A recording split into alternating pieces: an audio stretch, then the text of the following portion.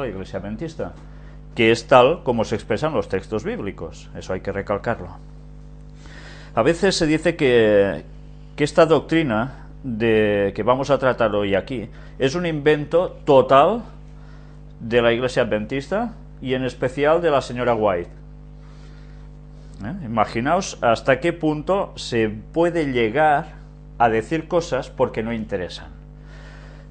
Hoy vamos a ver si esto es realmente así o no. ¿Y qué tema es? Pues es precisamente el del juicio. Mirad, si yo me quedo aquí y digo el del juicio, dirá, pues si todo el mundo cristiano cree que habrá un juicio, ¿no? O que ya ha habido un juicio o algo así. Pero es que, voy a terminar la frase, el juicio, como dice el título de la lección, previo al advenimiento, o sea, anterior al regreso de Jesús. La cosa es totalmente distinta a solo decir el juicio. Cuando hablamos normalmente de juicio, siempre tenemos en mente, al menos que se sea ya adventista desde mucho tiempo, se tenga muy asimilado como tal, de que el juicio es algo que Dios hará en un cierto momento de la historia para ejecutar algo, ¿no? El juicio final. Se habla tanto del día del juicio final y todo se describe como un caos absoluto o no. Bueno, hay gente que no sabe ni qué pensar al respecto. Pero la Biblia nos habla de un juicio y nos habla a su vez de una aplicación de ese juicio, pero no en el mismo momento. Y eso debemos tenerlo claro. Vamos a empezar con un texto que se halla en Daniel 7:27 y que nos dice: y que el reino y el dominio y la majestad de los reinos debajo de todo el cielo sea dado al pueblo de los santos del Altísimo, cuyo reino es reino eterno, y todos los dominios le servirán y obedecerán. ¿A quién se le da el reino? ¿Os habéis dado cuenta? ¿Quién dice que se le da el reino aquí? Y que el reino y el dominio y la majestad de los reinos debajo de todo el cielo sea dado ¿a quién? Al pueblo de los santos del Altísimo. Por tanto, ¿a quién? A los salvos. Exacto. A los que van a ser salvos de todas las épocas. Es un momento en los cuales ellos reciben precisamente este reino. Pero cuando reciben este reino, ¿por qué lo reciben? Porque ¿quién más recibe este reino entonces? ¿Jesús ha recibido el reino antes o después de esto? ¿Qué pensáis? ¿Jesús ha recibido el reino de su Padre antes o después de que los santos reciban esto? ¿O conjuntamente al mismo momento? ¿Qué creéis? ¿Lo recibe antes?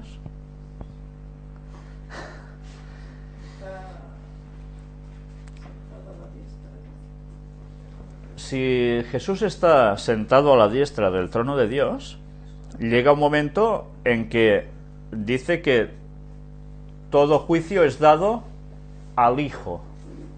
Eso lo dicen los textos bíblicos. Cuando se da juicio a alguien, en la Biblia, ¿qué hacía el rey? ¿Qué hacían los reyes en la Biblia? Juzgaban. Por tanto, para poder juzgar, y hay un algo como que nos está diciendo de que el reino ya se le ha transferido a él. ¿Entendéis? Si no, no tendría la facultad de poder juzgar al pueblo. Ahora tenemos el concepto de que el juez es una persona y el rey es otra. Pero miremos cómo continuamente en la Biblia los reyes son los que dictaminaban lo que era un juicio. Por tanto, ya nos está haciendo una referencia de que Jesús, de algún modo, ha recibido ya el reino para poder efectuar ese juicio. ¿Y eso cuándo sucede? ¿En qué momento se le da el juicio a Jesús? Hemos visto en anteriores lecciones de la escuela sabática cómo cuando Jesús asciende a los cielos, ¿qué hace? Va directamente al lugar santísimo y venga, va, aquí empieza un juicio. ¿Hace esto? En el lugar santo primero. En el lugar santo. Y hemos visto que cuando llega un cierto momento, Jesús pasa del lugar santo al lugar santísimo. ¿Y eso cuándo ocurre? En el 22 de octubre de 1844, cuando coincidía con el día, que sería en la tierra, del Yom Kippur, el día especial para los judíos sobre juicio. Entonces, ¿esto qué nos está indicando? ¿Cuándo recibe el reino Cristo? Pues a partir de esa fecha es cuando él empieza a juzgar. Por tanto, es cuando a partir de esa fecha ya empieza a ostentar como rey. Y ese juicio vamos a ir viendo que ¿cuánto tiempo dura? ¿Cuánto tiempo dura este juicio previo al advenimiento de Jesús? ¿Un día? Porque si se habla del día del juicio final, debe ser esto. ¿Es un día?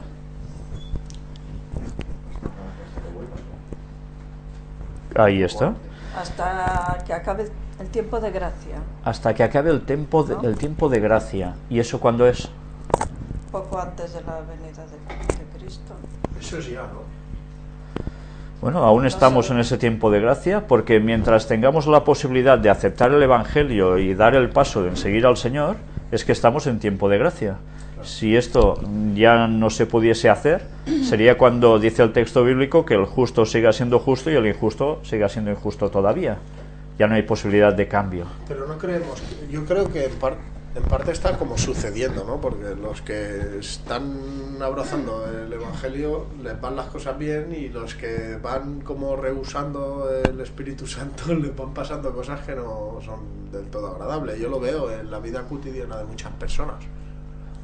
Bueno, yo creo que es como que ya empieza a suceder un poco eso, al igual es la intuición lo que lo dice, no es bien el momento, pero yo creo que ya está como empezando a suceder, porque la mayoría de los impíos que yo veo que más o menos van por ahí, muchos les están empezando a pasar cosas no agradables, digámoslo así, ¿no?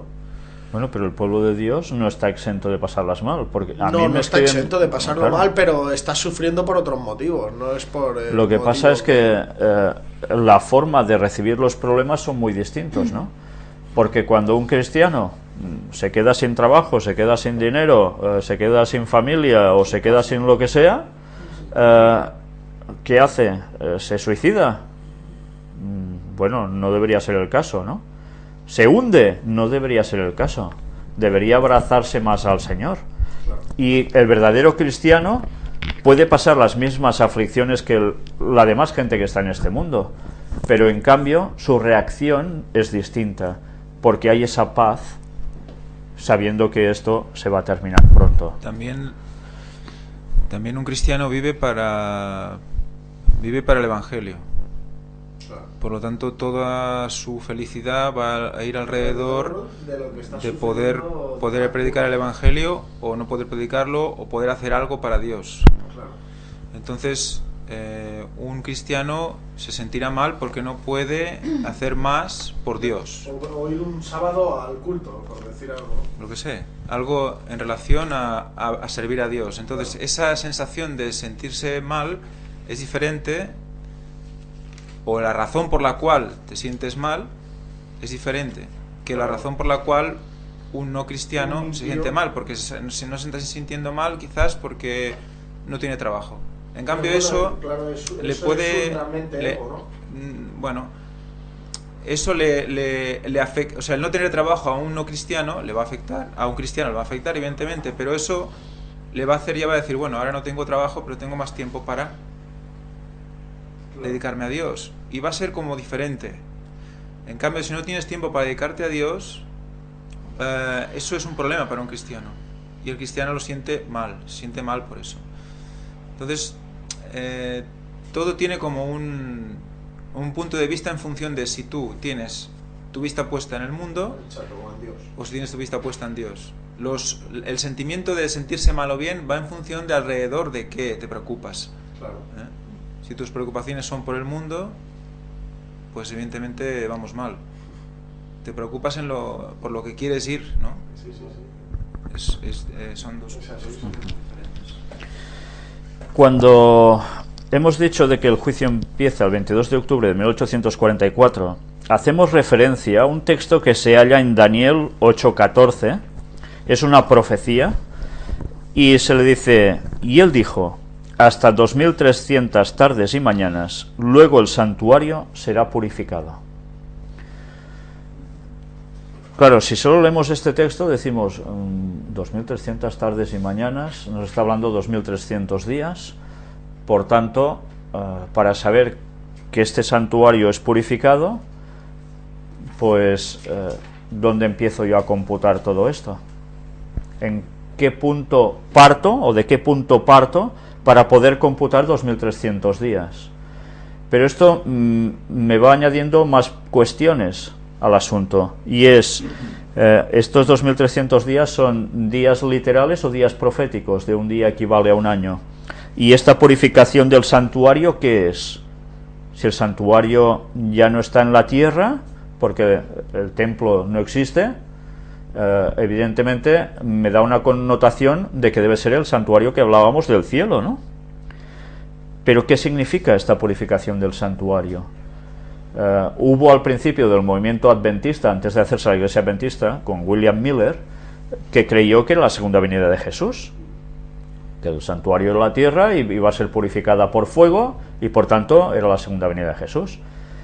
Luego pues, sucedió lo que sucedió, el gran chasco, dándose cuenta de que no vino Jesús, y a partir de aquí tuvieron que seguir buscando a ver en qué se habían equivocado, ya que la fecha habían demostrado ellos que era correcta. Sobre la fecha y todo esto alrededor hablaremos, creo que es en la semana que viene, ¿no? Si no recuerdo mal, en la lección que viene. Pero nosotros ahora hemos de situarnos para poder empezar a describir la semana que viene, en la lección, cuándo sucede esta profecía de los 2300 días. Si vemos dónde está situada este texto de hasta 2300, nos damos cuenta que es en Daniel 8:14. Pero Daniel, ya sabéis que cuando está escrito este libro, tiene una estructura donde el capítulo 2 ya nos sorprende con la famosa estatua de Daniel, que se describe toda la sucesión de imperios a través de la historia, desde Babilonia hasta que Jesús vuelve, y nos lo va dando con unos detalles muy significativos. Pero es que resulta que después coges Daniel 7, y en Daniel 7 se repite lo mismo que en la estatua, pero con un lenguaje distinto. La cosa ya cambia. Aquí, bueno, no sé si la cámara lo está cogiendo también, estos detalles, ¿no? Bueno, vale, pues los que estáis siguiéndolo en directo, Ángel ha puesto una imagen aquí de las distintas bestias. Estas bestias no son precisamente lo que aparece en Daniel 2. En Daniel 2 se nos habla de partes de un cuerpo humano con distintos metales. Pero en Daniel 7 la cosa ya cambia, ya nos salen unas bestiecitas, y en Daniel 8 pues resulta de que nos está diciendo lo mismo que en el 7 y en el 2, con detalles distintos, utilizando otras simbologías, pero dando a expresar lo mismo, pero añadiendo unos detalles que cada vez nos van dando más comprensión sobre el tema. Y para situarnos en este punto de partida de la profecía, cuando analizamos Daniel 2, Daniel 7 y Daniel 8, nos damos cuenta que este texto, el de Daniel 8:14, se sitúa en un momento en que ha aparecido un cuerno pequeño, en la historia, que aparece de un lugar en concreto, y lo que hace ese cuerno pequeño, que por tanto nos dice a quién representa. Y cuando a ese cuerno pequeño le sucede algo, una herida mortal, pero que es sanada, curiosamente, sobrevive a esa herida mortal, como alguien lo matan y prácticamente, ¿sabéis? En las películas, ¿no? Le pegan 80.000 tiros a uno y ya está frito. Y al cabo de un momento, cuando ya el otro se va, ya se ha acabado todo bien, ¡pam!, se levanta otra vez. Pues bueno, eso es lo que hace el cuerno pequeño. Y vemos, por aplicaciones de la profecía, que eso es el papado.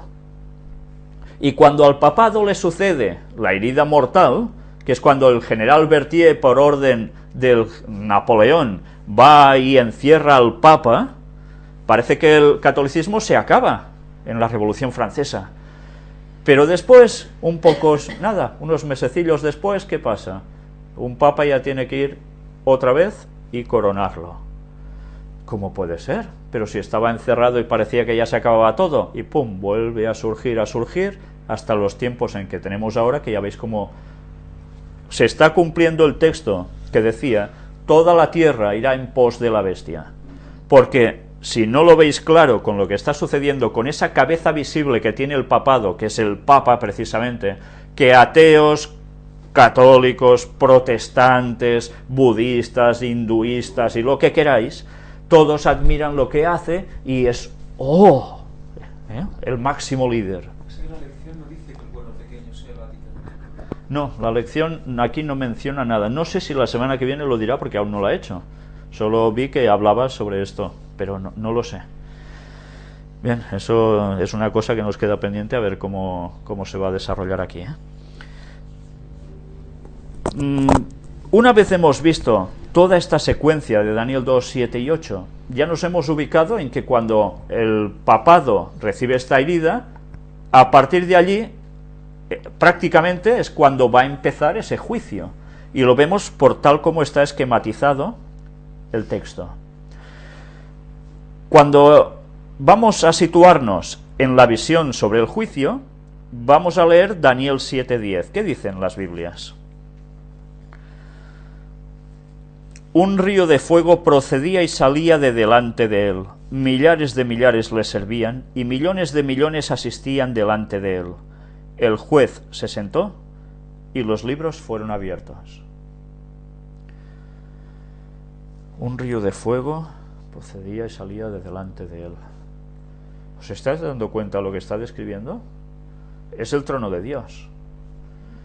Como si delante del trono de Dios saliese un río de fuego.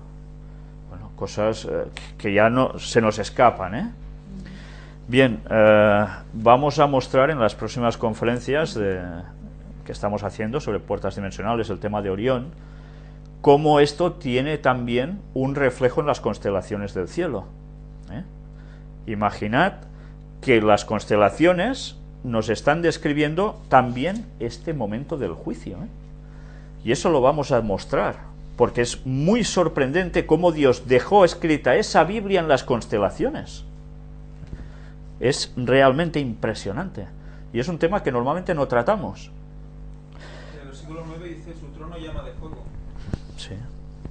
Ya vimos la llama donde estaba también. Por supuesto. Su trono llama de fuego, dice el versículo 9. Explícalo si acaso un poco, porque si no... Bueno. Vimos en la conferencia anterior cómo había una llama, una nebulosa de la llama ardiente en el centro, en Orión. Y la definición de que su trono es llama de fuego es muy significativa también. Que eso también tiene relación con las mismas llamas del candelabro y tienen también la significación del Espíritu Santo y toda una significación muy extensa que también supongo que trataremos. Bien, era para situarlo un poco, porque quizás hay personas que no han visto el último tema o los últimos temas y van quizás un poco perdidas en esto, ¿no? Mirad que cuando dice que el juez se sentó, sucede algo. Los libros fueron abiertos. ¿Qué libros? ¿El Quijote de la Mancha? Claro, es que uno se queda y los libros fueron abiertos. Cuando vais a un juicio, ¿qué tiene el juez, el abogado? ¿Qué han sabido para poder ir a ese juicio? Han tenido que tener unas notas, unos registros de algo, ¿no? De unos hechos, para poder emitir una controversia allí para determinar luego el veredicto. Esta es la forma de proceder. Y lo que nos está diciendo el texto es sencillamente esto, que de algún modo Dios tiene registrado en lo que se nos dice libros, a saber cómo es, algo, un registro, en el cual allí aparecen ciertas cosas por las que el juicio puede determinarse. No, sí, porque yo quería puntualizar que, claro, los profetas, cuando hablan de las visiones que tienen y todo eso, tienen que, dijéramos, materializar aquello que han visto de manera que lo entienda la gente. Claro, cuando dice se abren los libros, tampoco lo podemos, lo que tú has dicho, que no exactamente nosotros no lo imaginamos con abrir un libro de los que tenemos nosotros, pero evidentemente puede no ser así, ¿no? Bueno, pero lo que sí que está claro es que ellos tienen, en el cielo está registrado todas las acciones que se hacen. En los libros convencionales como los conocemos nosotros, seguro que no, pero algo parecido. Mirad que el concepto que tenemos de libros es automáticamente esto, ¿no? Hay un libro, los libros fueron abiertos, claro, lo primero que te imaginas, claro, de pequeño cómo has subido con libritos y los abres, pero en el tiempo de Daniel los libros eran así, con unas tapas y unas hojas dentro. Eran pergaminos. Pero no sabemos en el cielo cómo son esos libros, si serán rollos, como eran los días de Daniel, pero mirad... o serán parecidos a los que ahora tenemos. Claro, pero mirad cómo las cosas nos cambian desde la perspectiva que van sucediéndose los años, ¿no?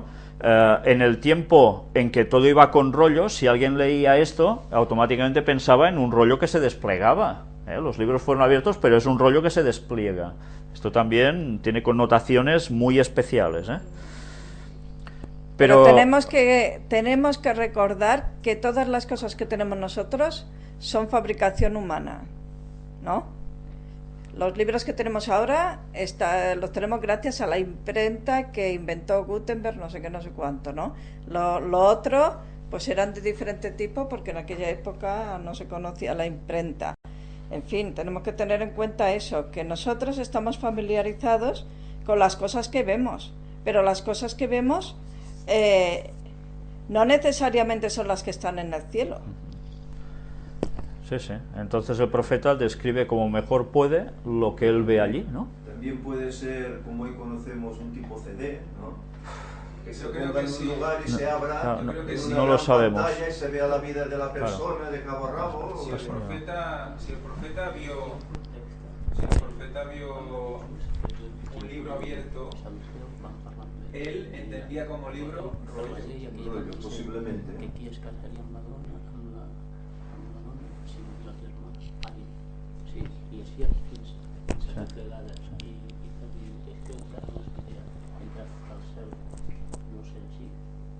Pues això no sé si es podria aplicar també això, que sembla tot molt...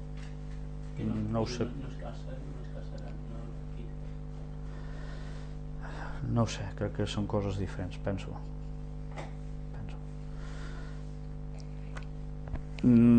La verdad es que no sabemos qué va a suceder. Si eso estará en un CD, si estará escrito a mano, si estará filmado en algo, no lo sabemos. Sabemos que sí es algo que recoge palabras, acciones, pero también pensamientos. Evidentemente, el ser humano no ha conseguido aún registrar algo en algún sitio donde esto se dé. Por tanto, es algo que ya se nos escapa. A partir de aquí, solo podemos saber que hay algo que está registrado, se abre. Ciertamente la connotación de rollo es impresionante por todo lo que va a implicar con Orión y la segunda venida de Jesús, pero a partir de aquí no sabemos más. Solo sabemos que hay algo que está registrado y sirve como pruebas para ese juicio. ¿Nos ibas a decir algo, Tony? No, bueno, lo que pone aquí. Pásale el micro, por favor. Lo que pone el libro de la vida, el libro de memorias. Después dice los libros de las acciones. O sea, hay los libros de las acciones. Hay más de uno. Fijad, Y después dice... un libro de Dios. Como mínimo hay 3. Como mínimo 3. Pero mirad que cuando hemos leído el texto, dice, y los libros, eso es un plural, no es un singular, es un plural. Ya nos está dando clara concepción de que aquí hay más de un registro de algo. Bien, ya sabéis quién es quien registra todo lo nuestro. Es Dios mismo que viene y lo registra de algún modo? Son los ángeles. Claro, son los testigos ante ese juicio. Por eso cuando vemos que dice, y millones de millones asistían delante de él, o millares de millares le servían, ¿quiénes son? Pues hay los que están expectantes de ese juicio y evidentemente los que lo han registrado todo, que son los testigos, están allí. Y ante eso sí que tú no puedes decir nada, porque más registrado que está por todos lados, madre mía. El hecho ese de que quede anotado que hay diferentes libros, yo también, a mí me da la sensación de precisamente, nuevamente, de que Dios es un Dios de orden, ¿no? No tiene todo mezclado, sino tiene diferentes cosas clasificadas, y ahí nos da nuevamente la sensación de que Dios es un Dios de orden, ¿no? De que no es caos, que todo lo tiene en su debido lugar. Sí, tanto. Bueno, pero podríamos preguntar aquí, ¿estos libros Dios los necesita para provocar memoria? Si es Dios, ¿para qué lo necesita? Claro, estos libros son para que los demás, como testigos, vean lo que cada cual ha ido haciendo, que la justicia de Dios es correcta. Ya se me oye ya. Porque si miramos el texto nos damos cuenta que cuando se hace este juicio, aquí no hay humanos.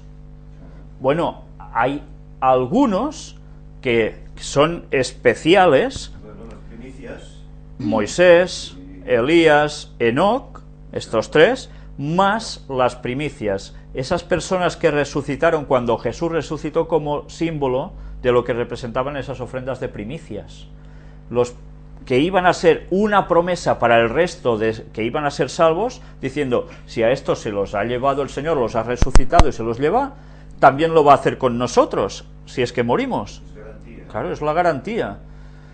Y estos están con Dios, pero el resto de humanos están todos muertos aquí, hechos polvo, nunca mejor dicho. Entonces, si no es para esos humanos que no están presentes allí, ¿para quiénes son todos estos libros? Para poder juzgar. Para el universo entero, ¿no? Ahí está. Porque recordemos que el pecado lo que ha hecho es ser la mancha para todo el universo.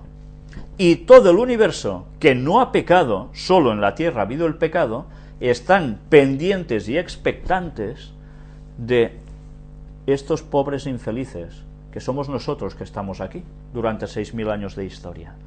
Y quieren ver verdaderamente quién va a ser salvo y si Dios, sobre todo, es justo.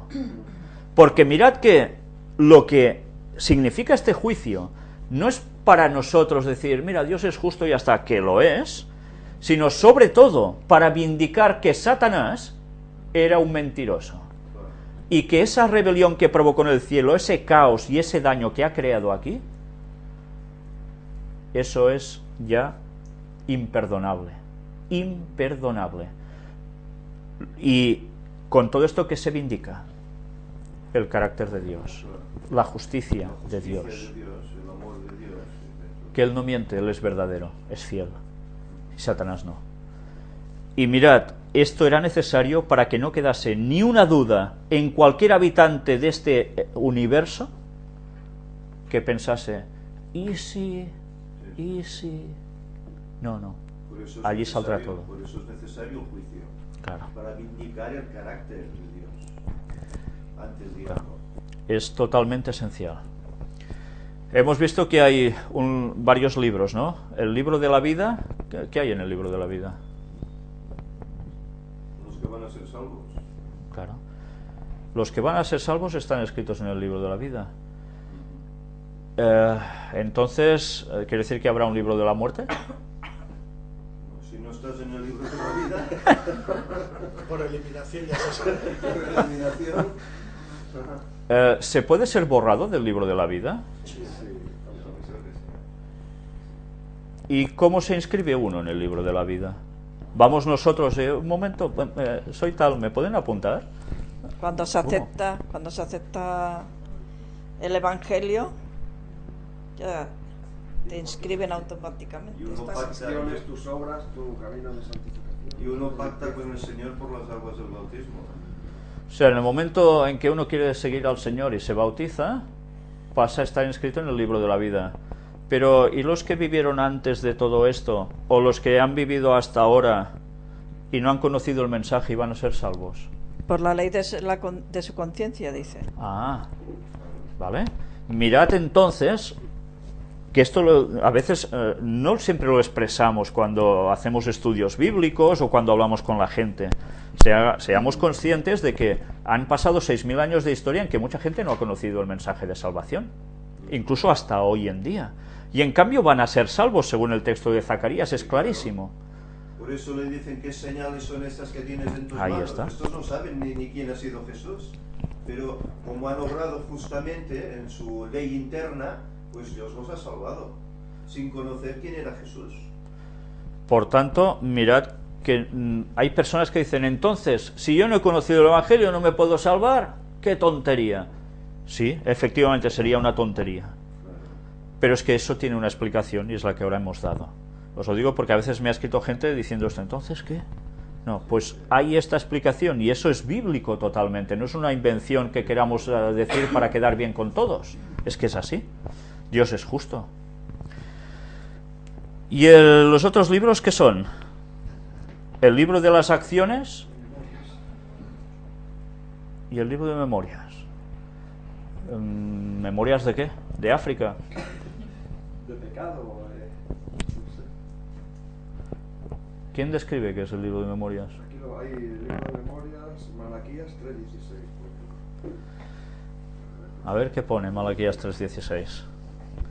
Los que estéis en casa podéis buscar también el texto, Malaquías 3:16.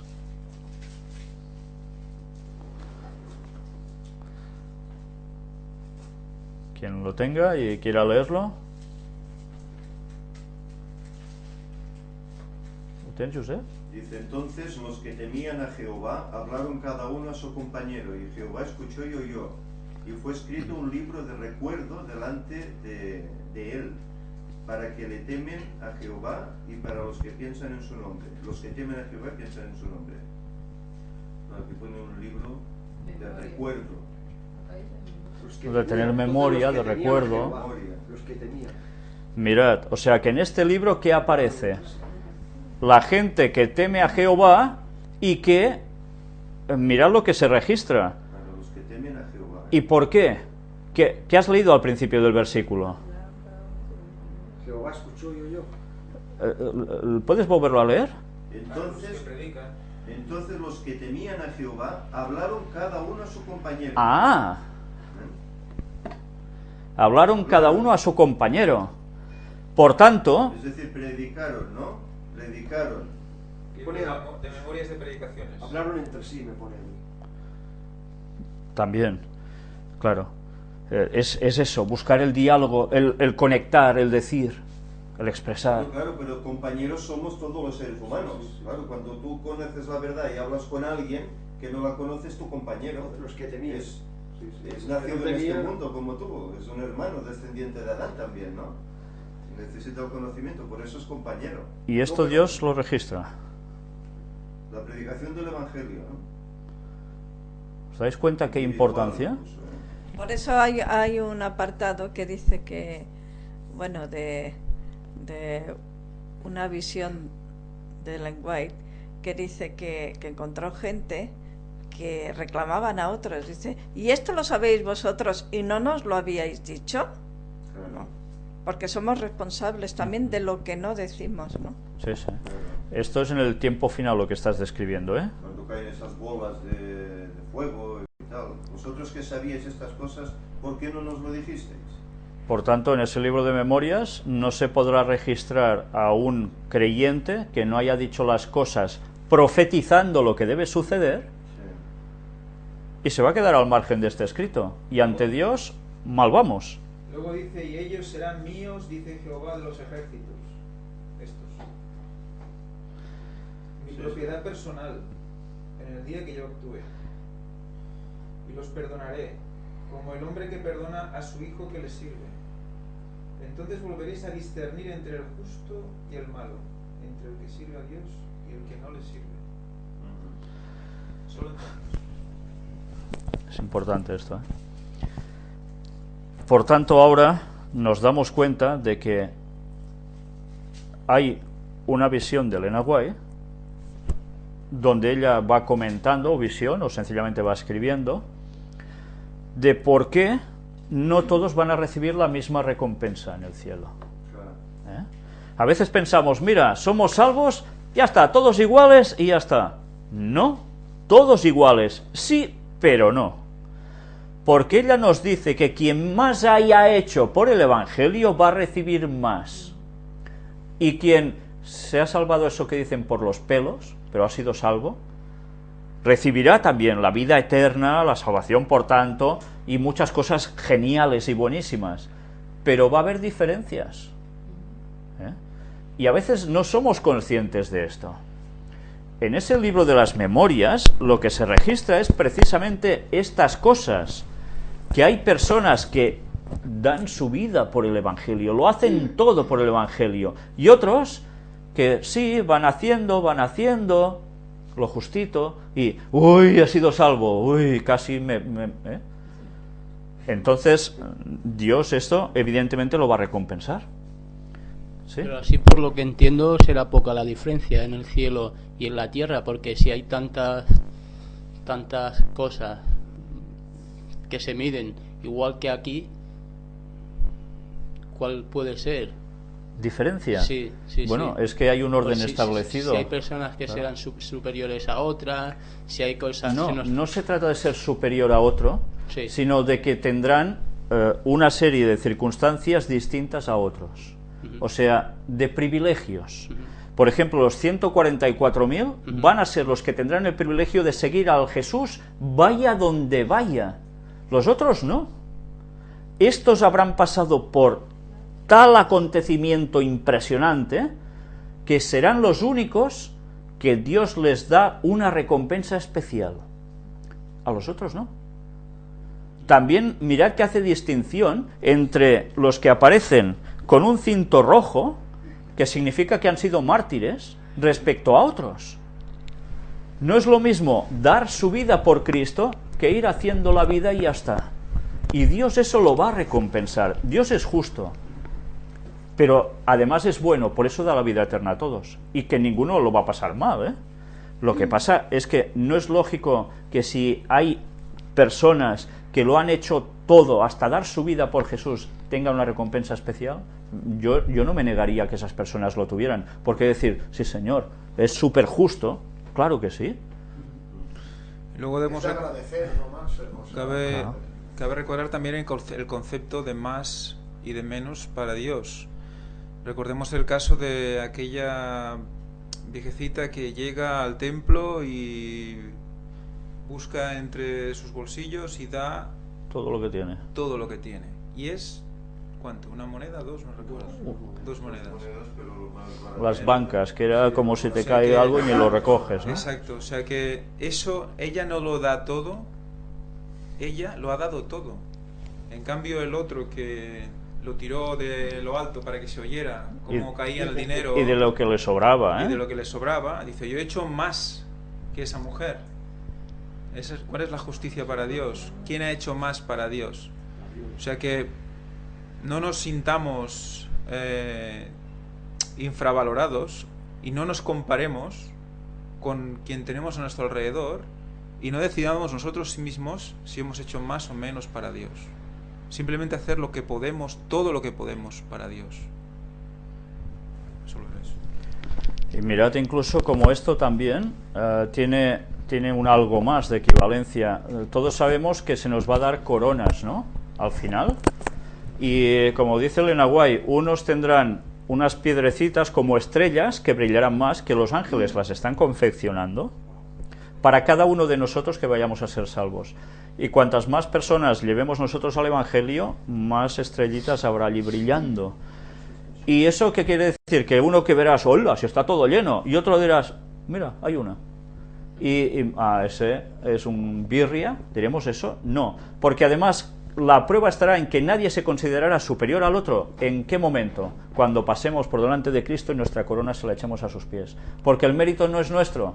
Podemos ganar 800.000 personas para el Evangelio. ¿Es mérito nuestro? No, hemos sido instrumentos del Señor que, gracias a Dios, pues nos ha utilizado para llevar personas al Evangelio. Pero el mérito es de Cristo. Entonces todos somos iguales. Pero, lógicamente, Dios es justo y recompensa como Él cree pertinente. Una estrella no es igual a un estudio bíblico. Hay hacer estudios. Una estrella no es igual a dar estudios bíblicos. No. No. También el concepto ese no lo tengamos como que hay una... que él va a tener como 15 estrellas porque... Es una conversión por tu medio. Claro. Sí, ¿no? O porque tú has puesto Claro. la piedra número 565.324, que era la piedra para que esa persona pues llegara al Evangelio. O sea que habrá estrellas, que tu estrella, su estrella y la estrella de él serán respecto de la misma persona. ¿Por qué no? No lo sabemos, eso no se nos dice, pero puede ser. ¿Por qué no? Puede Porque ser. claro, si uno siembra, el otro riega, el otro... ¿Quién es más importante? ¿El que siembra? ¿El que riega? ¿El que recoge? ¿Cuál es más importante? El que hace el crecimiento, dice la Escritura. Que es el Señor. Que es el Señor. Sí. Pues Claro. entonces, Los demás son ¿a todos quién le pones la estos estrella? Y ya está. ¿A quién le Sí, pones sí. la estrella? Todos son siervos Es de O sea lo Dios. que, cuidado porque quizás tengamos Sorpresillas. sorpresillas, No nos pongamos, no, Sí, es que sí. a veces da la sensación de que nos infravaloramos, nos machacamos con el tema y solo viviendo como Dios quiere vamos a tener sorpresas. Bueno, es que incluso eso sucede dentro de las iglesias con los pastores que bautizan. Se pasa el registro a la Unión Española Adventista, ¿y qué sucede? Ah, mira, este pastor este año ha bautizado a no sé cuántos, y el otro, uy, poquitos, y además el mérito resulta que no es de ese pastor que ha bautizado tantos, porque es que resulta que han sido miembros que han llevado a esa gente allí. O sea que mirad cómo en este sentido no hay números que valgan. Dios es el que será justo para hacer las cosas como hay que hacerlas, Los números son ficticios. por supuesto. ¿Sí, Hay Carlos? un versículo en el que la madre de Juan y Jacob van a Jesús para que sus hijos se sentaran a la derecha y a la izquierda Sí. con él. Y un poco más adelante, pues los mismos discípulos, los compañeros, se ponen furiosos. Les recriminan Porque eso. les recriminan porque Sí. también querían estar y le entraron como celos y etcétera. Entonces Jesús les da la lección y les dice que los reyes se enseñorearán de las cosas de la tierra, los reyes que eran señoreados de las naciones y etcétera, pero que aquel que quería seguir a Jesús tenía que hacerse el primer servidor Claro, y humillarse claro. ante todo, que estaba para servir. Claro. Y en el reino de los cielos, pues esto es lo que contará, la humildad y la sencillez con la que se trata a las personas. Sí, sí, mira que hasta el mismo Jesús, siendo el mayor de todos, que no puede haber nadie por encima de él, ¿y qué hace? Servir. O sea, más lección imposible, ¿eh? Por supuesto. Y sobre todo tengamos en cuenta que nos está pasando algo, es que ahorita nosotros tenemos mentes carnales de una cierta manera, pero ya en el cielo todo esto va a ser transformado. Entonces ya ahorita no podemos pensar como que ya estamos en el cielo. Entonces allá cuando estemos en el cielo realmente no vamos a pensar este es más que mí o aquel otro, porque nuestra mente va a ser renovada. Ahorita nuestro concepto, porque vivimos en este mundo, porque nos rodeamos con esos conceptos de inferioridad y superioridad, no podemos entenderlo, pero cuando vayamos a la tierra nueva, todos nosotros vamos a ser transformados. Entonces allá no vamos a poder pensar como estamos pensando ahorita. Sí, sí, totalmente cierto. Que nos están vendiendo todo, absolutamente todo. Nos venden eso, un líder. Y nos enseñan desde pequeños a intentar ser líderes y a generar, y si no ser líderes, pues conformarte con ser un seguidor. No hay un término medio, no somos todos iguales. Y eso pasa fuera y dentro de la iglesia. Mucha gente se acomoda en la figura del pastor y viven para ir a hablar con el pastor y explicarle todo al pastor como si fuera un confesor. Y otros en líderes de grupos que se hacen, ¿eh? Sí. Ya se les llama líderes de grupo, precisamente. Sí, claro, es que ya le pones una etiqueta a una persona cuando no debe ser así. Un pastor pues debe ser un gestor de talentos. Es una... Un guía. Bueno, más que un guía, sí, pero es una persona que gestiona cosas. Dios lo pone allí para que gestione y entienda y vea los talentos de cada uno y los comprenda y los haga pues florecer aún más, ¿no? Es decir, poner la ayuda, la piedra, y que les sirva también a los demás, por Exacto, supuesto. para edificar, porque dice que la iglesia es eso, edificar. Yo pongo una, tú pones otra, tú me dices, oye, pues parece que no, o yo digo, bueno, pues parece que sí, y esa discusión, entre comillas, edifica a la iglesia. Una sola voz no edifica a la iglesia. Además se escriben libros y se editan que nos dicen para hacer líderes. Eso es católico, eso. Claro, es que eso es jerárquico, es piramidal. A ver, ¿un líder nace o se hace? ¿Nace o se hace? Se puede hacer de una forma Parece una tontería lo que estoy Puede tener preguntando, unos ¿eh? talentos falsa. y se puede hacer. Aquí está. O sea, Dios utiliza ciertas personas y las pone delante porque sí que es cierto que como humanos solemos tener la tendencia a seguir líderes. Pero ¿qué tuvo que hacer con Moisés? Vamos, más líder que Moisés, ¿eh? Aguantar todo ese pueblo de no sé cuántos millones, dale que te pego, era un líder nato. ¿Y por qué era líder? ¿Por qué él quiso ser líder? No, pero Dios sabía que él tenía unas facultades innatas por genética más todo lo que él había ido haciendo, que puliéndolas podía llevar a Moisés a ser el líder de toda una nación. Y mirad, lo que hace el líder, hacen las masas. Y esto es algo que a veces decimos, no, cada uno hacemos la nuestra. Pero no es verdad. Por eso se dice que cada país tiene los líderes políticos que se merece. Porque hay una refracción entre unos y otros. Si el líder veis que es un corrupto que hace lo que le da la gana y aquí no hay justicia que valga, ¿qué hace el pueblo? Pues anda que no, si lo hace ese, yo también, como está arriba. Y en cambio, si hay una persona íntegra que hace las cosas bien y tal, ¿qué le sucedía al pueblo de Israel? Subía un rey, o en Judá, en cualquiera de los dos reinos, hacía el bien, todos iban bien. Subía otro, hacía el mal, todos hacían el mal. Claro, eso es cierto, había 4, como siempre, un residuo, un remanente, que seguían fieles pasara lo que pasara. Pero Por eso, somos así, los humanos. El líder auténtico es aquel que estudia la palabra de Dios, vive conforme a la palabra de Dios, es obediente a los mandatos divinos. Ese es el que se forma como líder. Ese. Lo demás se puede construir de una forma ficticia, materialista, como quieras llamarlo, pero no es un líder adecuado. Si hablamos en términos políticos, no están poniendo los líderes que les interesa que hayan en los gobiernos. Ya sabemos que quien sube al poder no es el que manda. Hay todo lo que hay detrás de sociedades secretas, Vaticano y demás, que son los que mueven los hilos para que suba quien tenga que subir. Ellos preparan los líderes que interesan para ese momento. Y que pueden ser unos patatas de cuidado. O pueden ser gente muy brillante, dependiendo lo que ellos quieran buscar. Ya los han enseñado en sus universidades. Ahí está. Ya van preparados, Ahí está. jóvenes, Entonces, ¿esto se puede aplicar al pueblo de Dios? No, pero lo estamos haciendo paralelo, lo estamos haciendo imitando estas cosas también, porque los vamos subiendo, porque este es fulano hijo de fulano, pues este ya tenemos que trabajarlo para que pueda llegar a ser, Claro, si es mengano hijo que no conoce a nadie, pues este le va a dejarlo hablando, ¿no? Y vamos así, normalmente. El tráfico de influencias, vamos. Exacto, el tráfico de influencias. Bueno, pues hemos de ver que Dios se rige por otros parámetros.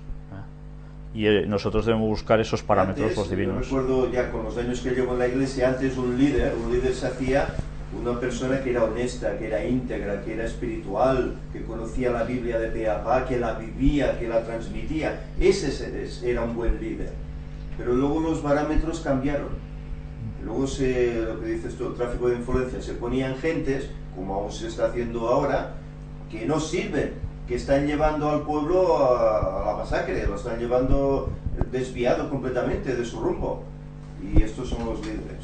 Y eso pasa cuando, y de eso hay gente que ha escrito también, cuando una denominación ya tiene unos años y se va prolongando en el tiempo, que se empieza a recargar de estas tonterías. Por inercia, ¿eh? Hay tantos años, ha habido gente que han sido líderes, estos tienen sus hijos, tienen su peso y empiezan todas estas bobadas, ¿no? Entonces, la culpa es que no estamos haciendo lo que debemos hacer, ni decir lo que debemos decir, para que Cristo vuelva. Ahora mismo en la iglesia hay cargos, ¿no? Hay cargos de diáconos, cargos de ancianos, de departamentos, etcétera.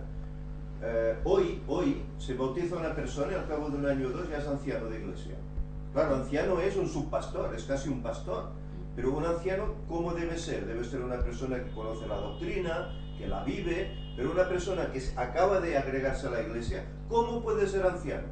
Ah, no, pero para que crezca y tal lo hacemos anciano. No, lo que harás es hundirlo, porque le pones una carga que no puede llevar. Y estos son, pues no sé, las ideas que hay hoy para hacer que una persona, pues en la iglesia, siga adelante. Y esto ha hecho más mal que bien, porque muchos que han sido ancianos de este modo han acabado incluso abandonando la fe. Y otros siguen y siguen llevando a la iglesia tan fatal como pueden, o quieren, no lo sé. ¿Y qué características tiene un seguidor de Jesús? Pues que guarda los mandamientos de Dios y tiene la fe de Jesús, que debe ser sirviente a los demás por encima de todo y procurar por encima de todo lo de los demás antes que lo suyo. Amén. Pues hemos visto que hay otro libro, Apocalipsis 20:12. ¿Qué nos dice? A ver, ¿quién lo lee? Y vi a los muertos grandes y pequeños de pie delante de Dios, y los libros fueron abiertos, y otro libro fue abierto, el cual es el libro de la vida, y fueron juzgados los muertos por las cosas que estaban escritas en los libros, según sus obras. O sea que dependiendo de lo que hayas hecho, también hay un libro de registro. Mira, este ayudó a pasar a una anciana a la calle o le puso la zancadilla para que se la pegara.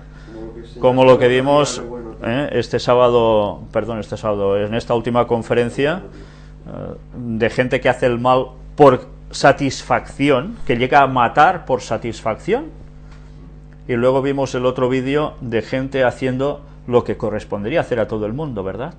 Ayudando a los demás. Pues todo eso se registra. Hay una cosa curiosa, me emocionaba más el segundo. O sea, al principio, el primero estamos acostumbrados a ver violencia, pero las cosas buenas hasta te queda mal, ¿eh? Te humedecían los ojos y todo, tío, decía, joder. Pero lo primero, te indignas, ¿no? Pero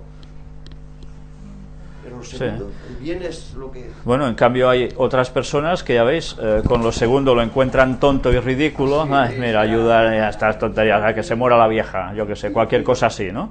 Y en cambio, cuando ven la maldad y gente que hace eso y aún sale con felicidad porque ha hecho el mal, a ti te cuesta entenderlo, pero hay otros que lo disfrutan, por eso lo copian y lo hacen, ¿no? Es que los niños se ríen de eso, ¿vale? Los niños se ríen del mal.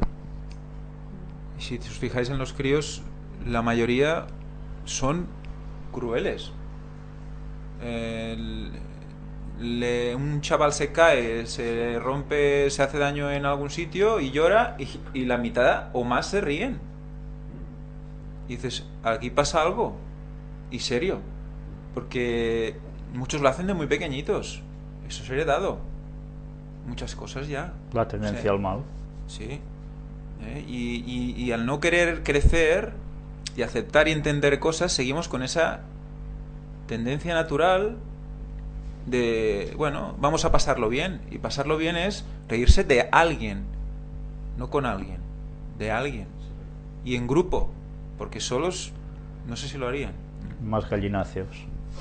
La gente se pasa otras cosas por los móviles. Mira, ¿qué pasa? Sí, exacto.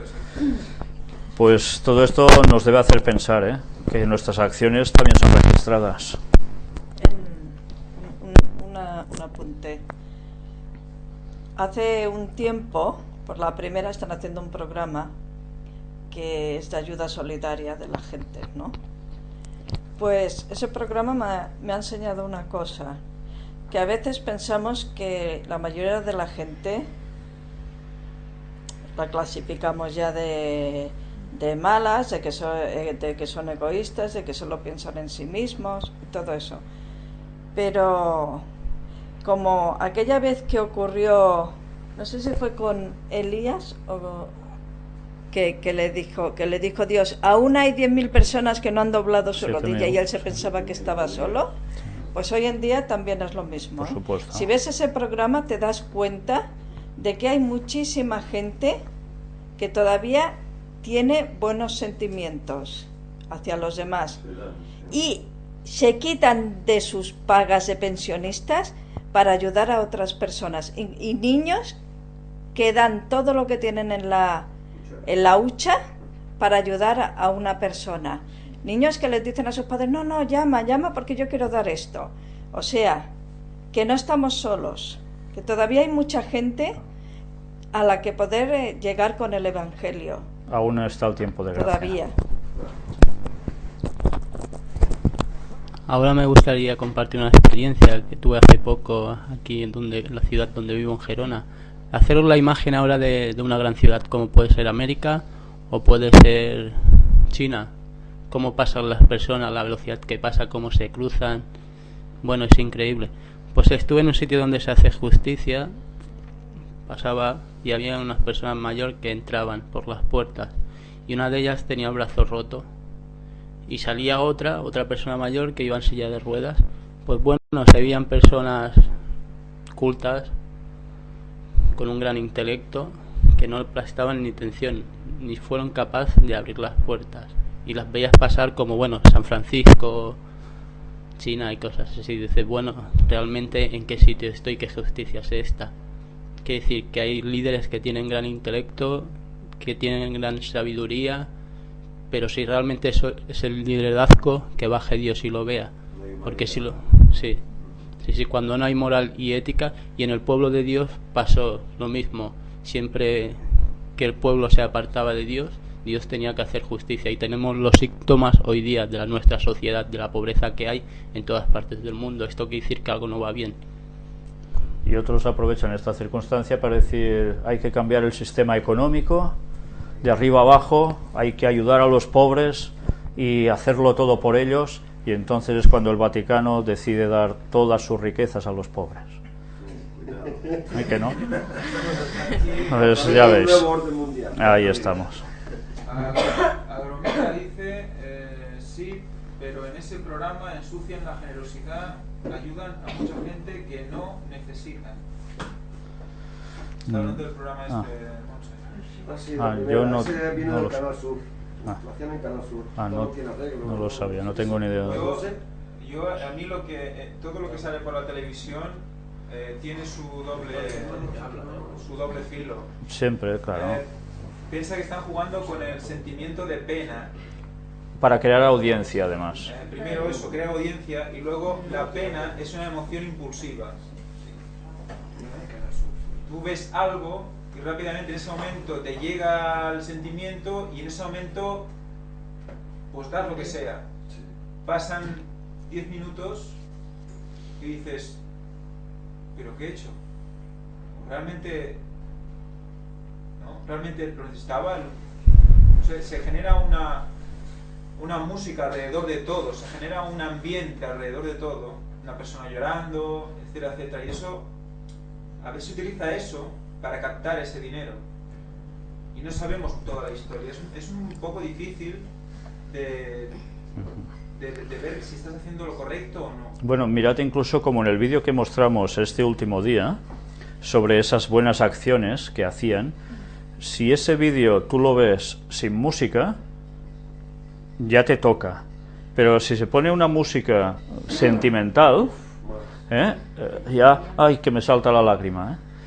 Mirad cómo es fácil manipular nuestros sentimientos, ¿a través de qué? Nuestros sentidos.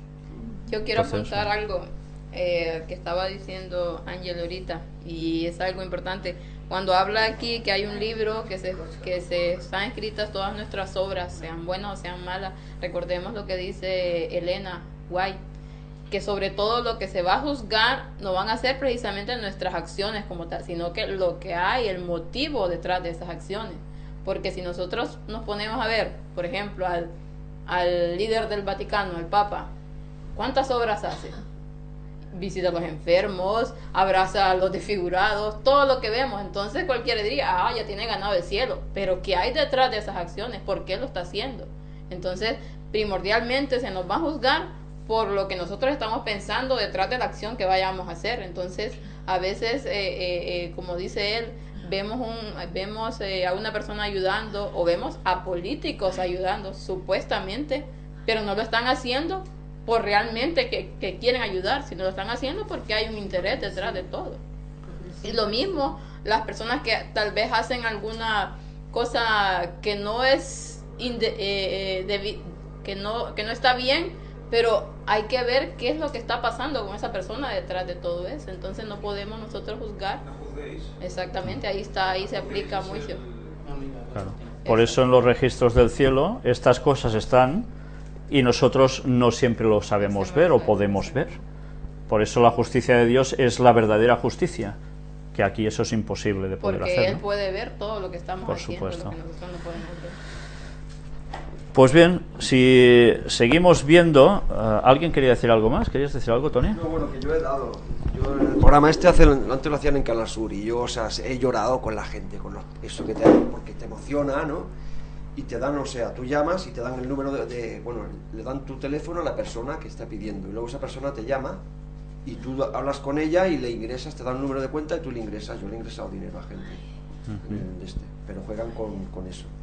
O sea, te emocionas y... Claro.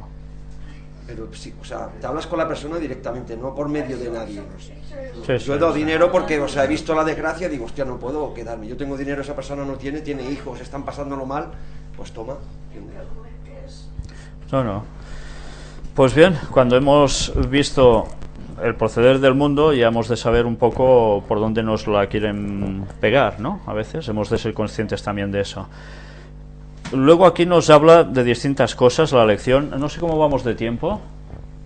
Es que no hemos avanzado mucho y no hay predicación hoy, ¿no? No. Bueno, pues si seguimos avanzando, me gustaría leer una cita de Elena White que aparece en la parte del lunes, que dice: el hecho de que los hijos reconocidos de Dios están representados como de pie delante del Señor con ropas inmundas debe inducir a todos los que profesan su nombre a sentir humildad y a escudriñar profundamente su corazón. Los que están de veras purificando su alma y obedeciendo la verdad tendrán una muy humilde opinión de sí mismos. Pero aunque debemos comprender nuestra condición pecaminosa, debemos fiar en Cristo como nuestra justicia, nuestra santificación y redención. No podemos contestar las acusaciones de Satanás contra nosotros. Solo Cristo puede presentar una intercesión eficaz en nuestro favor. Él puede hacer callar al acusador con argumentos que no se basan en nuestros méritos, sino en los suyos. ¿Cualquiera de nosotros podría ser salvo ante Dios por méritos propios? ¿Y por qué a veces somos tan engreídos y tan chulos de yo soy el mejor haciendo esto, más que el otro y no sé qué? ¿Por qué? Si es absurdo. Delante de Dios somos unos miserias y solo porque Cristo ha pagado por nosotros y va diciendo: tranquilo, Satanás, que yo he pagado, no vengas con historias, tus argumentos ya no sirven. Dice que los nombres de los salvos, ¿dónde los tiene esculpidos? En las palmas de las manos, donde fue traspasado en la cruz. Por tanto, el mérito de ser salvos es siempre de Cristo, y esto nos debería ayudar de un modo total a ser humildes. Es por eso que nosotros a veces se nos pasa por alto o se nos olvida lo que dice aquí, que hay que escudriñar nuestro corazón profundamente. Sobre todo que cada día, pero no solamente, no una vez a la semana, sino que todos los días debemos realmente examinarnos a nosotros mismos, debemos de ver quiénes somos realmente, porque de esa manera nosotros podemos ir a Jesús, podemos necesitarlo, pero si nosotros no estamos escudriñando nuestros corazones y viendo realmente quién soy yo, que no somos nadie, somos pecadores, y solamente la justicia y la gracia de Dios es la única que nos puede salvar. Entonces, pero si no estamos escudriñando, como dice la palabra de Dios y como dice Elena, que todos los días debemos de escudriñar nuestros propios corazones, todos los días debemos de saber realmente qué estamos haciendo, qué estamos haciendo por Cristo, qué estamos haciendo por nuestra salvación. Ayer estuvimos haciendo el estudio bíblico respecto de algo parecido, bueno, a eso, que nos dice parad, mirad y preguntad, ¿no? Y recordábamos los textos de Pablo que decían: cada día muero. Y cómo debemos ser criatura nueva. Y la nueva creación se da cada vez que tú te arrodillas y tú mueres. Y cuando te levantas, vives otra vez. Por eso es un trabajo diario, una exposición diaria, un examen diario. Sí, sí. Pero ya no es que tú te juzgues a ti mismo, sino que tú te pones ante Dios y ya expresas a Él todo lo que llevas dentro, que te carga y que tú identificas porque conoces los mandamientos. Es muy importante. Los mandamientos son lo que te ayuda a identificar el pecado. Pues mira, yo comparo con el mandamiento y sé que tengo estos. Pues yo los expongo. Y ahí Dios los coge. Y tú te vacías y vives. Porque te purificas. En ese momento eres como blanca lana otra vez. Entonces es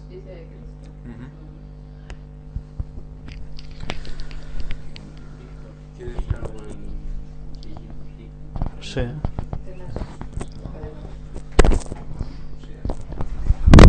Quiero compartir unos versículos con ustedes. Lo primero, me gustaría pedir perdón a Dios por todos mis pecados y hacerlo quebrantándome de corazón a lo largo de esta mañana por todo lo que hemos hablado, porque no quiero que me juzguen y que tampoco me condenen. Y si alguien lo tiene que hacer, que lo haga Dios y no el hombre.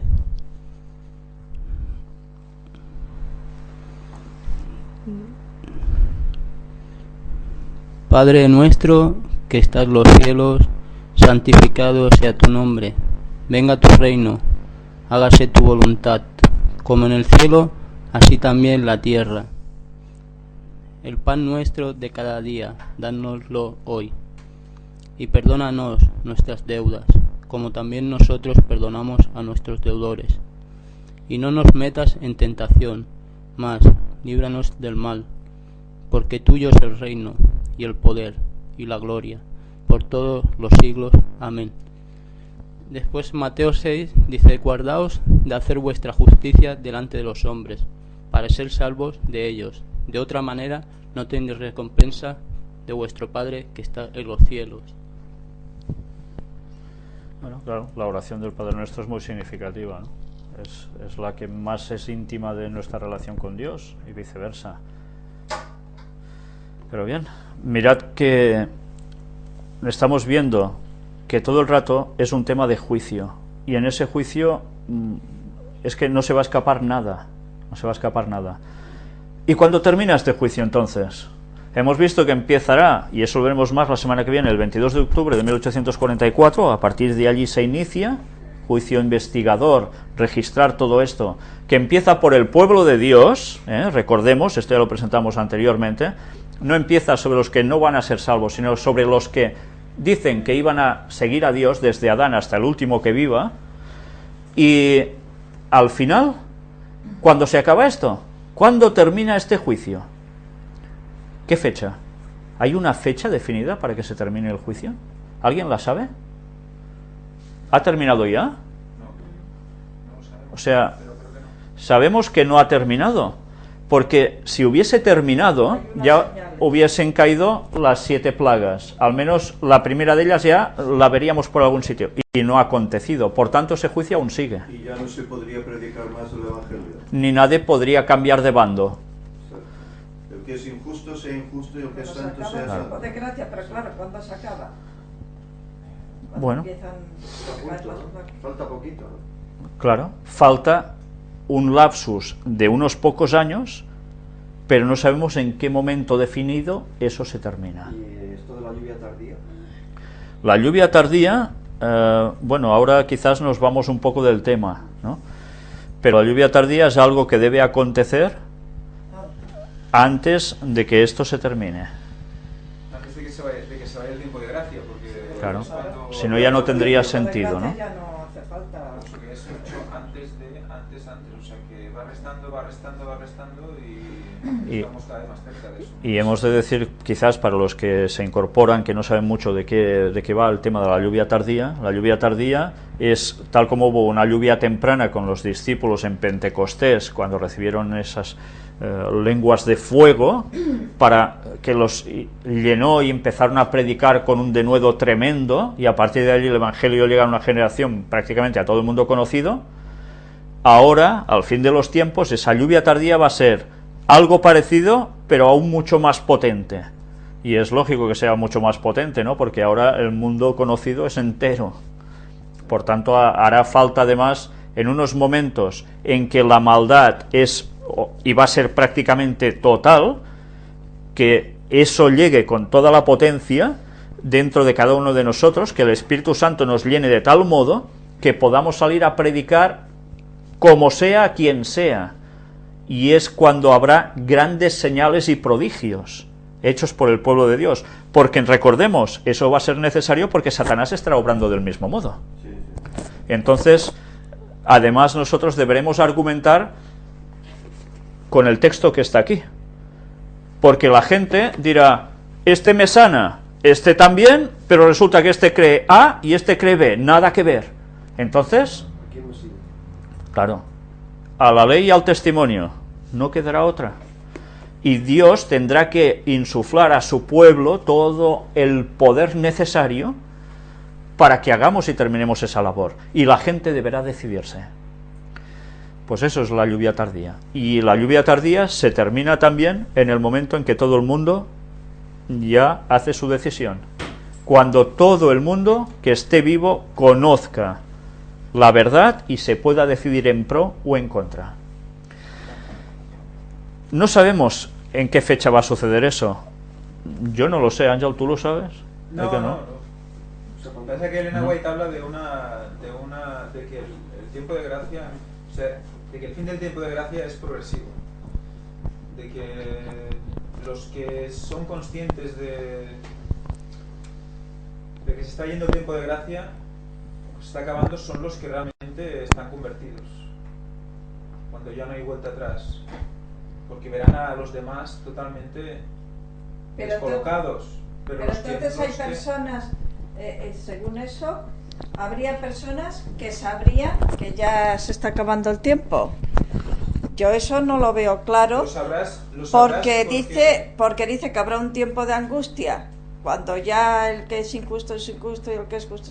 Habrá un tiempo de angustia en el que la persona que sea salva estará sufriendo porque no sabrá si va a ser El salva. tiempo de angustia es posterior. Cuando se retira el Espíritu Santo, ¿no? Pero El si es angustia cuando ya posterior, has hecho todo lo que podías hacer. pero si es posterior, tú anteriormente tampoco vas a saber si es No, pero si tú ya lo que estás ves ahí. es el aumento de la maldad a tu alrededor.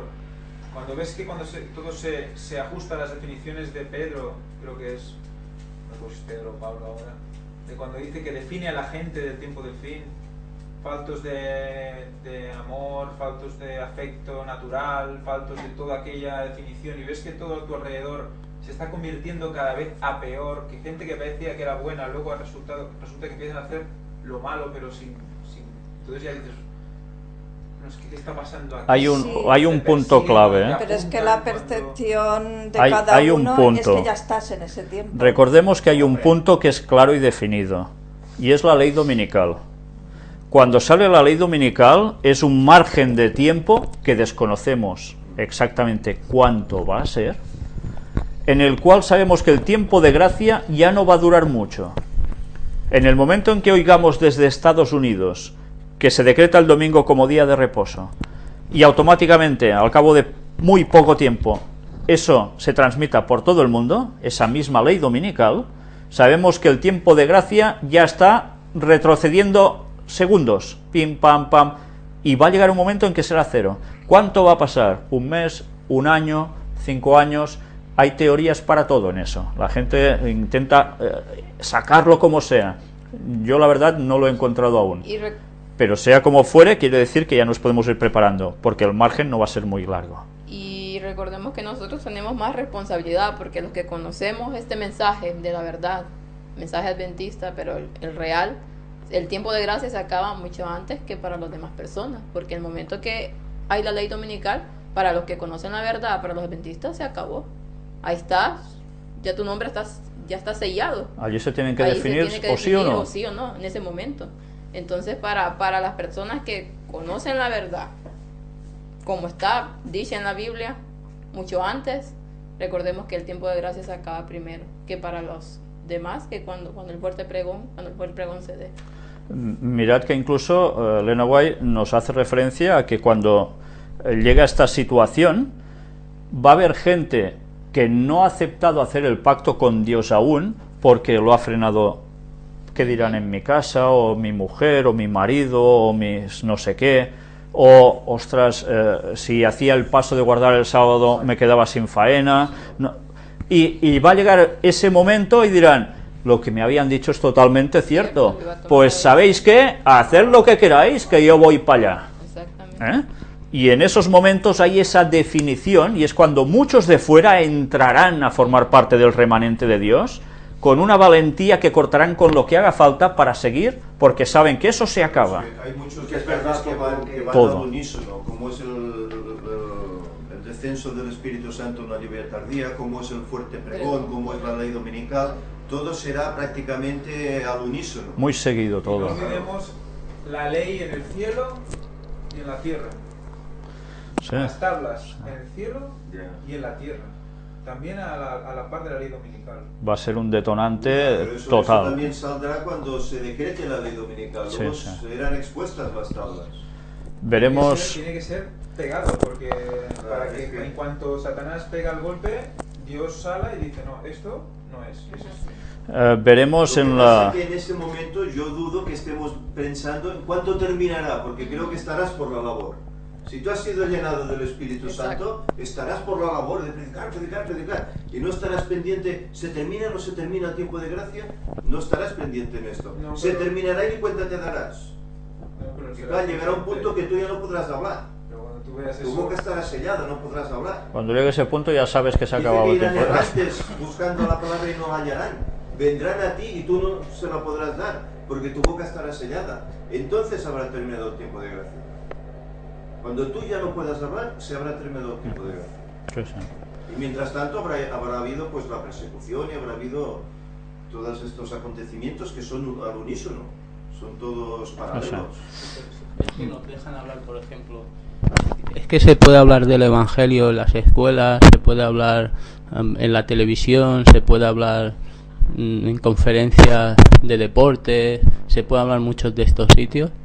Que sepa, Bueno, pero tú puedes todavía hablar no ha dado la ocasión que yo personalmente haya tenido esta vivencia y lo haya vivido.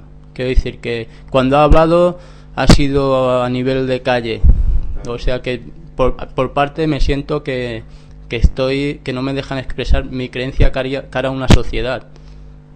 Bueno, eso lo vamos presentando en las conferencias, ¿no? Que cada vez eso va a ser más difícil de poder hacer, ¿eh? Porque hay una cierta mentalidad que se quiere imponer por ciertos medios y entonces si no estás acorde con eso tú vas a quedar al margen, ¿no? Hay unas palabras de Ron Wyatt, ya sabéis, el que tantas veces hemos presentado en conferencias y aún hemos de presentar más, donde hay sus declaraciones póstumas antes de morir, que fueron registradas, las están traduciendo, doy las gracias a la persona que lo está haciendo, porque en breve lo podremos mostrar, siguiendo precisamente como una culminación a todos los temas que ahora estamos presentando conjuntamente con Ángel, en Puertas Dimensionales, porque vais a ver lo que antes decía Ángel, de la ley arriba, la ley abajo, y veréis qué cosas llega a decir él a este respecto. Y verdaderamente es para pensar y mucho, ¿eh? Y verdaderamente va a haber ese detonante que hará definir a la gente. porque estará obrando mucho Dios, pero Satanás también, y va a haber el punto clave que la gente se tendrá que definir, y eso tendrá mucho que ver. Una cosa, aquí hay una pregunta. Federic dice que Josep ha dicho lo de que tu boca será sellada, que no podrás hablar, explicar a alguien aunque te pregunte. Sí. Y él dice que es eso, que no lo entiende. ¿Cómo es posible? Sí, bueno, cuando el tiempo de gracia termine, entonces nadie podrá ya predicar el Evangelio, porque la suerte estará echada sobre cada ser humano. Por eso dice luego la Escritura, que en Apocalipsis dice, el que es justo siga siendo injusto, el que es santo siga santificándose, pero nadie podrá cambiar. Ni el justo podrá hacerse injusto, ni el injusto justo. Nadie podrá cambiar. Por eso, en ese sentido, nuestra boca será sellada, porque el Evangelio ya habrá sido predicado a todo el mundo. Y será predicado el Evangelio y entonces vendrá el fin. Es decir, con esa lluvia tardía, con ese fuerte pregón, el Evangelio será predicado a todo el mundo y cada uno tendrá que tomar su decisión. Automáticamente el tiempo de gracia terminará y ya nadie podrá predicar el Evangelio, ni escucharlo el que quiera, el que tenga hambre de él. Pero esto tiene una explicación. ¿Por qué Dios no permite eso? Pues porque aunque esas personas volviesen a recibirlo todo, si hiciesen caso sería por el temor al juicio divino, no por convicción y amor hacia Dios, sino por el temor a que aquí me fulminan, que es totalmente distinto. Por eso Dios dice, ya no hace falta. Como llegará un momento en que ya no habrá mártires, por más que mueran, llegará un momento en que Dios dirá, hasta aquí, ya no hay más mártires, a partir de ahora estos ya son los 144.000, porque ya no tendrá sentido que alguien se muera para que otros, viendo el ejemplo de esa persona, se conviertan. Es más, se pitorrearían, aún no les serviría de nada, sino de placer. Esto será otra señal evidente de que ha terminado el tiempo de gracia. Ya no habrá mártires, ya nadie podrá ser muerto a manos de nadie, de ningún perseguidor. Y hay una cita del Conflicto de los Siglos de Elena White donde dice que la gente que esté detenida, porque habrá habido la persecución y se habrá detenido a muchos creyentes del sábado, que cuando se les vaya a clavar incluso alguna cosa, se volverá como paja. En esos momentos tú ya sabes que, señores, estáis sentenciados. Claro. A mí me llega la liberación, nada. Ahí se terminó el tiempo de gracia. Hay una cita de Elena White, que también aparece en el Conflicto de los Siglos, que nos dice, el gran conflicto ha terminado. Ya no hay más pecado ni pecadores. Todo el universo está purificado. La misma pulsación de armonía y de gozo late en toda la creación. De aquel que todo lo creó manan vida, luz y contentamiento por toda la extensión del espacio infinito. Desde el átomo más imperceptible hasta el mundo más vasto, todas las cosas, animadas e inanimadas, declaran su belleza sin mácula y en júbilo perfecto, que Dios es amor. Así va a terminar todo. Armonía otra vez. Como si el mal no hubiese existido jamás. Todo irá bien. ¿Vale la pena luchar por eso? Bueno, ¿quién no lo desea eso, no? Una pregunta que siempre vuela por ahí. Aquí dice, todo el universo será purificado. Cuando Adán y Eva pecaron, ¿el pecado se extendió a todo el universo o solo a la tierra? No, solo quedó confinado aquí en la tierra. Satanás ya no fue a otros mundos. Satanás queda aquí como prisionero de esta tierra. Tiene acceso solo al cielo, lo vemos en el libro de Job, pero cuando Cristo muere en la cruz se le acaba eso. A partir de entonces Satanás queda confinado para solo poder venir a fastidiar aquí. Pero mirad que cuando dice que todo el universo queda limpio, ¿dónde se nos dice que está Satanás? Lo hemos visto en las conferencias, ¿verdad? Está en algún sitio del espacio. Y desde allí actúa y manda a los suyos aquí. Y eso no quiere decir que él no venga también y la vaya liando por aquí directamente. Pero él tiene su trono en algún sitio. Y a veces, también lo vemos en textos bíblicos, que pone su trono en distintos lugares. Eso ha aparecido en textos bíblicos. El trono de Satanás está aquí, está allá, pero él está en las regiones celestes. Por tanto, esa purificación debe llegar, porque allí donde esté él, lo impregna de su pudor, bueno, ¿cómo sería en castellano? De su tufa, su tufillo, hedor, de su maldad, de sus tinieblas. ¿Sabéis? Hay algo que yo siempre recordaré, y fue cuando tuve esas experiencias de apariciones de demonios, y ves verdaderamente tinieblas a tu alrededor, una niebla oscura con un hedor, yo eso, no era azufre, pero es un olor asquerosa, y yo siempre recordaré eso, porque lo he vivido en más de una ocasión.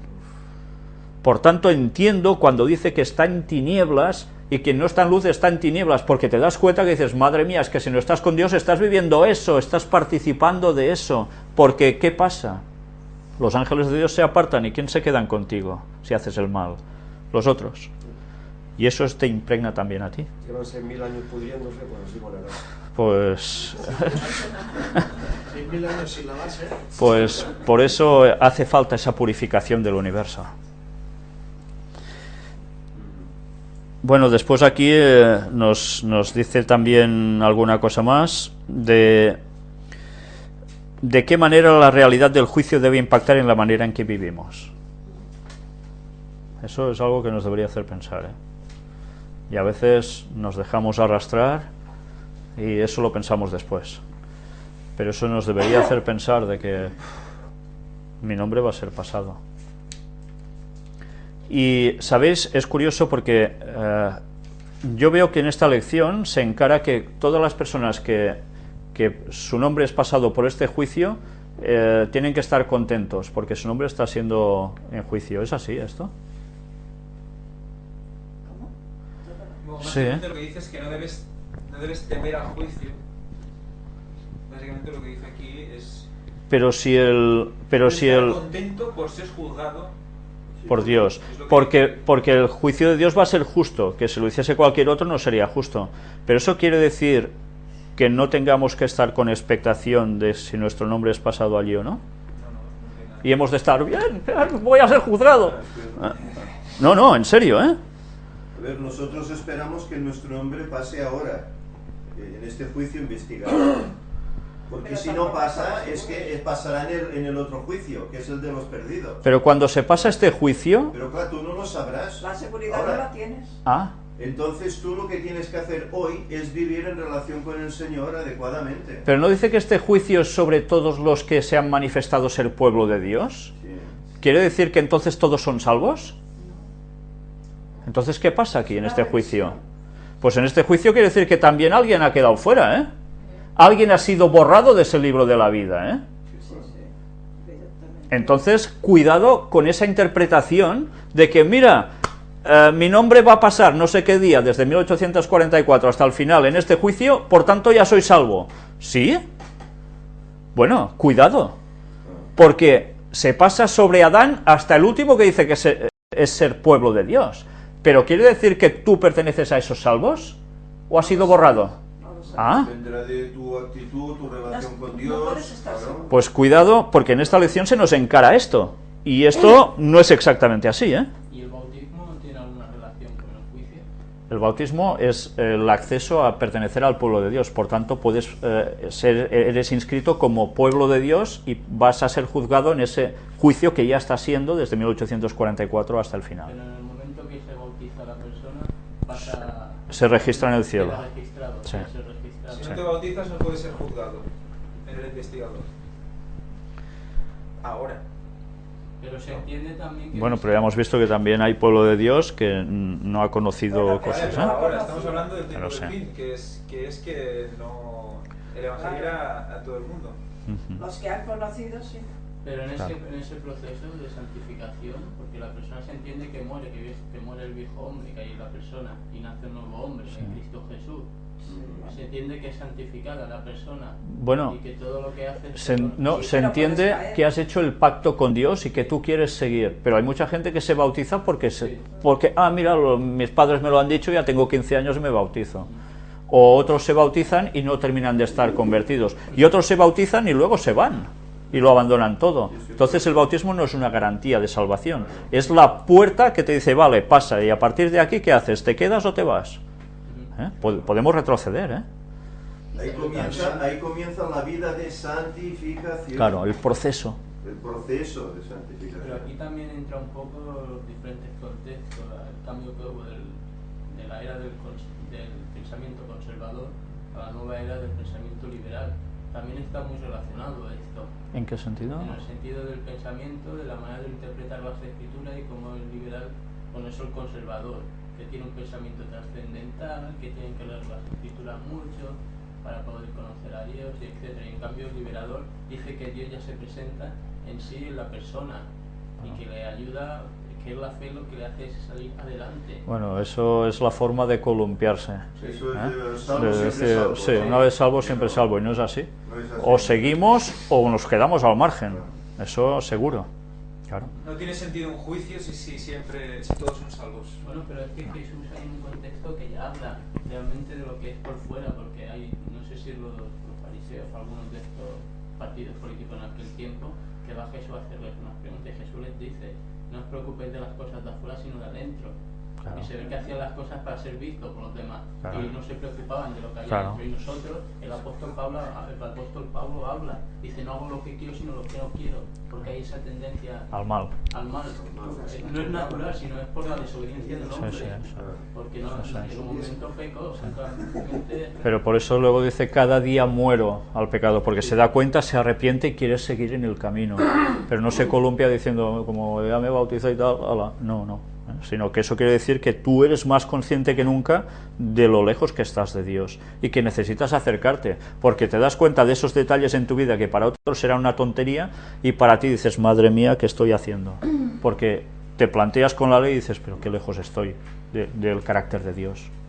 Y eso nos tiene que motivar a aferrarnos a Jesús más. Pero por ejemplo, ahí este de Abraham, que habéis hablado antes, le contó por fe y fue certificado por Claro, fe. Y claro, no sé claro. si en aquel contexto tenían los manuscritos, tenían libros, no lo desconozco. No lo sé si existía todo eso. No había Él obedeció, escrito. Él obedeció. Claro, ahí está la fe que implica acciones. O sea, tener fe, y quedarme así, no implica buena cosa, sino todo lo contrario. Dice que vuestra fe se demuestra por vuestras buenas acciones, ¿no? Pero puede haber buenas acciones y no haber fe también. Y entonces el plan fariseo, ¿no? Pero Abraham conocía la ley, porque dice: anduvo en mis leyes, mis Claro. mandamientos. No estaba escrita, pero él la conocía. Todo el mundo sabía lo que había en verdad. Y es lo que venimos diciendo, las constelaciones, que ahora no nos las miramos porque no vemos nada prácticamente por la noche, estaban escrito todo el mensaje de salvación de la humanidad, desde el Génesis hasta el final. Ellos sabían lo que había y además... Dicen los Reyes Magos, ¿no? Dice: porque hemos visto la estrella. Sí, y además... Por lo que les decían las estrellas. Abraham tenía una comunión muy íntima con Dios. Por eso Isaac, su hijo, no sale corriendo. Dice: mi padre se ha vuelto loco y se va y que sacrifique a su tía. No. Sino que, como sabe que su padre es como es de bueno, por esa relación que tiene con Dios, él confía en él. Entonces, esa fe se demuestra por obras. Y eso no quiere decir que se tuvieran que columpiar, no. Ser conscientes de que cada día hemos de seguir por el camino, cada día. Hay que diferenciar, yo creo que el tema es diferenciar entre la justificación y la santificación. Sí. La muerte de Cristo nos hace justos. Paga por nosotros. Justifica. En la santificación es el efecto en tu vida que te hace perfeccionarte. El santo es perfecto. Pero no se diferencia tanto, porque una cosa tiene que ir unida con la otra. Primero es una cosa vez y luego la otra. Ya. Primero una cosa y luego la otra. Pero una es dada y la otra la tienes que ir Trabajando. y trabajando durante toda tu vida. Porque cuanto más cerca, dice Elena White, más lejos te sientes. Cuanto más cerca estás de Dios, más lejos te sientes. Tienes que pulir tu Es carácter. lo que le pasaba a Pablo. Más perfecto, más humilde. No, y esto lo hace el poder de Dios en ti. Si Son el dos poder cosas de Dios no diferentes. puedes. Sí, pero son dos cosas diferentes que no pueden subsistir. Que van unidas. Claro, van unidas, por Claro, supuesto. evidentemente. Por supuesto. Sin la muerte de Cristo no hay la posibilidad de santificación. Por Si eso, aceptas ser justo. por eso el mensaje que da mucha parte de las iglesias protestantes del mundo evangélico es falso, porque se basan en precisamente coger solo una parte. Como Cristo ya murió por mí en la cruz, viva la pepa, ¿no? Pues no. No, viva la Pepa, no. Tú tienes que hacer lo que tienes que hacer. Es tu parte del pacto también. Mi teoría está muy bien pensado porque lo que es un pensamiento conservador y el pensamiento liberal, uno sin el otro no puede subsistir tampoco, porque el liberal que hace crecer tiene nuevas metas, en cambio el conservador que hace cuando ve que se pasa un poco toca el freno para que las cosas no se saquen de contexto, y entonces es una cosa que también hace que pueda crecer, que pueda haber creatividad, que pueda... Por eso hay que volver a las sendas antiguas, pero avanzar en el camino. Claro. Sí. Hay algunos grupos evangélicos que van un poco más allá, que no se quedan ahí, en lo de salvos siempre salvos, sino que piensan que sí, que Dios nos justifica, pero que Cristo su sacrificio nos justifica, pero que se deben de guardar ciertos mandamientos, o sea, 9 de 10. Sí. Porque cuando llegas al cuarto resulta que el cuarto era para los judíos, todos los demás era para los demás, y ahí también por eso hay mucha cosa que decir. La ley es la ley y sigue en vigencia. Vamos a terminar con las dos citas que aparecen de Elena White en la parte del viernes, extraídas el primero de Palabras de Vida del Gran Maestro, después también veremos otra de Profetas y Reyes, donde dice: aquel que vive en el santuario celestial juzga con justicia. Se complace más en sus hijos que luchan contra la tentación en un mundo de pecado que en las huestes de ángeles que rodean su trono. ¿Por qué? ¿Por qué? Porque ve que esas personas luchan por ser fieles, pero tienen al tentador allí, dale que te pego, tienen esa carga de pecado de tantos años detrás, y él sufre por ellos. Fíjate cómo el lenguaje que utiliza, porque, vaya, se me ha ido el lenguaje al suelo. Un segundo. Otro. Esto, si la gravedad hoy está muy tonta. A ver, la cuestión es que utiliza el mismo lenguaje que utiliza Dios Padre cuando el bautizo de Cristo, ¿vale? Se abre la luz, la puerta en el cielo, y le dice: en ti tengo complacencia. Con esto nos vuelve a igualar a Jesús. O sea que se complace más en sus hijos. ¿Por qué? Porque se complace en Jesús. Porque ve a Jesús cuando nos ve a nosotros. Ve a Jesús. O sea, vemos, como decíamos el otro día en las conferencias, vamos totalmente de la mano. Vamos con Él en su sufrimiento, en su alegría, en su cuerpo. En su cuerpo. Y además, huestes de ángeles que rodean su trono. El trono de Dios siempre es el centro, siempre. Luego sigue diciendo: Satanás tiene un conocimiento exacto de los pecados que por sus tentaciones ha hecho cometer a los hijos de Dios, e insiste en sus acusaciones contra ellos. Declara que por sus pecados han perdido el derecho a la protección divina y reclama el derecho de destruirlos. Mirad, no dice el derecho de decir son míos y ahora vamos a montar un reino y tal, de destruirlos. Ese es el propósito auténtico de Satanás. A todos los que le están sirviendo de sociedades secretas, que les está diciendo que serán eternos y estarán al lado suyo mandando por... Es mentira.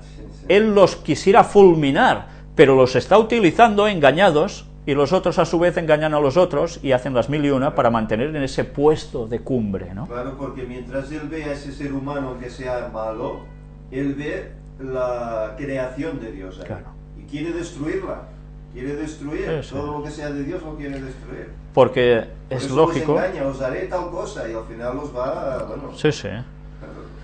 se los carga todos. Vaya. Bueno, es que él en verdad no los va a destruir. No, los destruiría si pudiese. El mundo no lo destruye porque Dios no lo deja, sino aquí ya no quedaba nada ni nadie. Claro.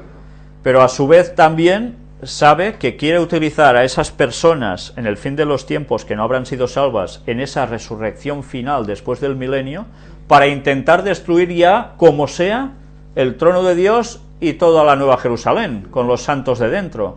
Querrá utilizarlos hasta el mismísimo final, pero no podrá. los declara tan merecedores como él mismo de ser excluidos del favor de Dios. Y, ¿Sabe Satanás que va a ser eliminado? Claro. y aún, ¡pam! Él sabe que Y está además, sentenciado. fíjate, dice, yo soy merecedor, ya lo sé. Pero ellos también, conmigo. sí, sí. Fijaros, es el mismo concepto del asesino este, Si de yo los, muero, que muera conmigo, los máximos posibles, Sí, sí. ¿no? Del suicida asesino, ¿no? Sí, sí. O sea, imagínate cómo el carácter de Satanás está reflejado en este mundo, y cómo aquel maltratador de mujeres que dice, bueno, si no eres mío no es de nadie, y si muero yo mueres conmigo, ¿no? O sea, es el mismo sistema.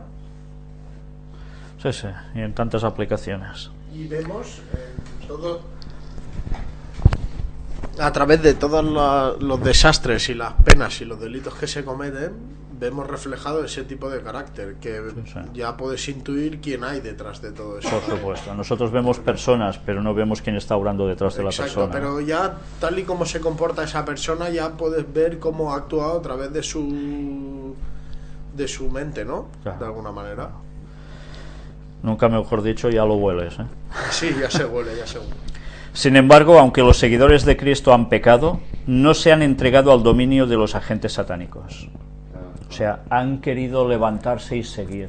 Han sido conscientes de su pecado. Se han arrepentido de sus pecados, han buscado al Señor con humildad y contrición. Y el abogado divino intercede en su favor, o sea, Cristo. El que más fue ultrajado por su ingratitud, el que conoce sus pecados y también su arrepentimiento, declara: Jehová te reprenda, oh Satán. Yo di mi vida por estas almas. Sus nombres están esculpidos en las palmas de mis manos. Pueden tener imperfecciones de carácter, pueden haber fracasado en sus esfuerzos, pero se han arrepentido y las he perdonado y aceptado. Y aquí Satanás tiene que hacer... Pues no puede hacer otra cosa. Pero mirad, esto se puede aplicar a todas las personas que han pasado por el mundo hasta el mismísimo momento del retorno de Cristo. ¿O hay un grupo al que no? ¿Qué creéis? Los 144.000 habrán pasado por esta etapa, pero habrá llegado un momento en que la perfección de su carácter va a ser total. O sea que este grupo sí participa de esto, pero después ha llegado a esa perfección. Por eso van a ser los especiales que estén al lado del Señor. Porque ser con esta perfección de carácter, si no es con la ayuda de Dios, pero poniendo ellos toda su parte en todo lo que se nos viene encima, pues bueno, ya os podéis imaginar la situación, ¿no? Por tanto, que Dios nos ayude a, si llegamos a ser de los 144.000, ojalá Dios lo quiera. A veces somos nosotros los que no lo queremos, ¿eh? ¿Sabéis? Hay personas que a veces me escriben y me dicen: yo prefiero no ser de los 144.000 porque tengo miedo de lo que va a pasar. Y como no quiero sufrir ni ver estas cosas, quiero que Dios se me lleve antes. Bueno, es una opción, pero es Dios el que decide. Pero nuestro propósito no es correcto entonces. Elena White dice: procurad ser de los 144. Claro, pero yo creo que esta persona que tiene miedo de ver todo esto es porque todavía no está lo suficientemente limpia como para afrontar eso. Pero yo creo que los 144.000 serán personas con una serenidad increíble y preparados para ver eso y lo que Dios quiera, ¿entiendes? Por supuesto. Entonces, lo que hemos de hacer, si nos vemos, ¿y quién se ve capaz de soportar esas cosas? Si ya pasamos por cualquier problemilla, ya, Pero es que los pues 144.000 tampoco se verán capaces. No. Es que no son capaces, nadie es capaz. nadie. Dios no se verán capaces, pero lo serán, ¿no? lo serán. Ahí está, es la historia, Esa o sea, es la la sensación de estar más cerca pero más lejos. O sea, ¿serán o se sentirán más lejos de Dios? Se sentirán... Por definición. Claro. ¿Qué escribe Elena White sobre los mártires? Que nadie en el fondo tiene ganas de ser un mártir, ¿verdad? Y que ninguno está preparado para ser un mártir, pero que cuando llega la ocasión, Dios le pone en esa persona el todo para ser un mártir.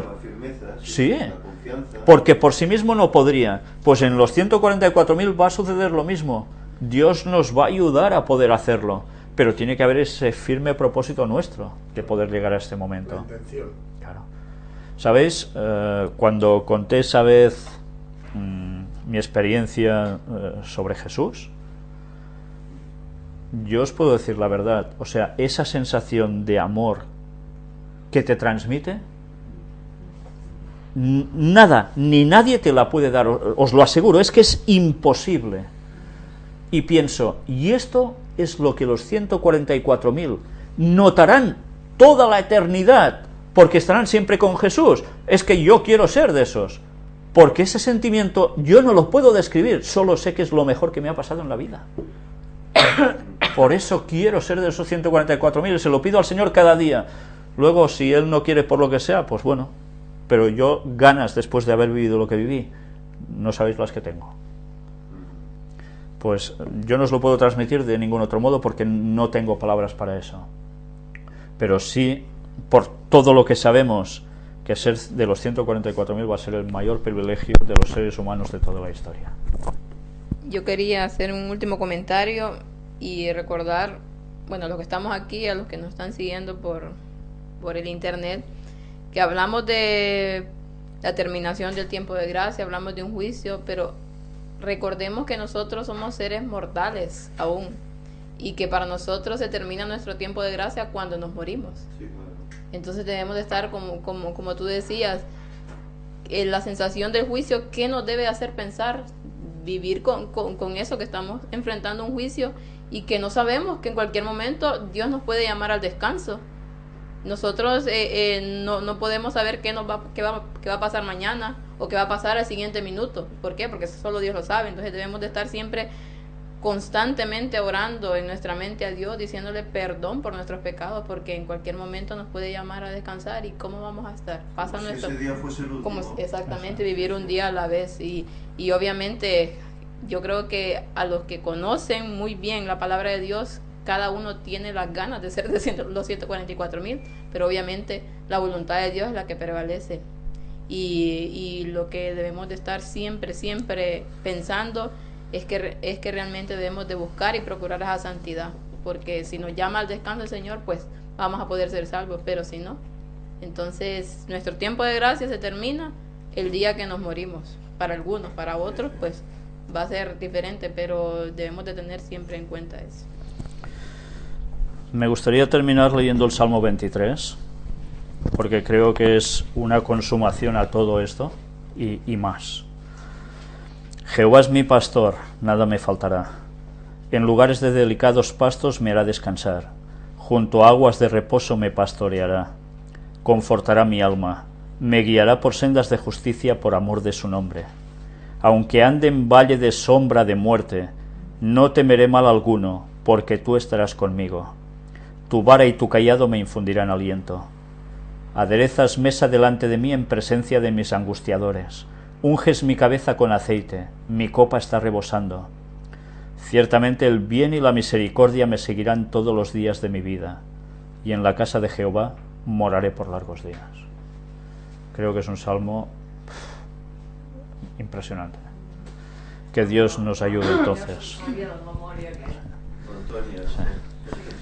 Que Dios nos ayude a poder tener este sentimiento siempre de nuestro.